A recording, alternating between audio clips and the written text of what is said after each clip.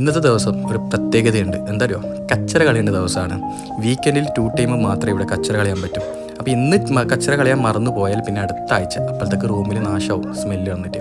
അപ്പോൾ സമയത്ത് കറക്റ്റ് കച്ചറ കളയണം. അങ്ങനെ കളയുമ്പോഴാണ് അവിടെ നായ് ഭയങ്കര കുരക്കൽ കണ്ടത് അപ്പുറത്തെ വീട്ടിൽ.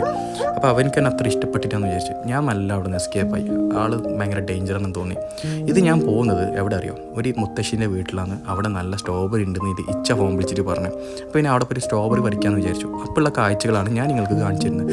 കുറേ സ്കൂൾ സ്റ്റുഡൻറ്റ് ഇങ്ങനെ ലൈനായിട്ട് അച്ചടക്കത്തോടെ പോയും അവിടുത്തെ പൂക്കളും അവിടുത്തെ വീടുകളും എല്ലാം സൈലൻ്റാണ്, എല്ലാം വൃത്തിയാണ്. പഴയ വീടുകളാണെങ്കിലും കാണാൻ നല്ല ഭംഗിയുള്ള നല്ല മൊഞ്ചുള്ള വീടുകളും സ്ഥലങ്ങളാണ്.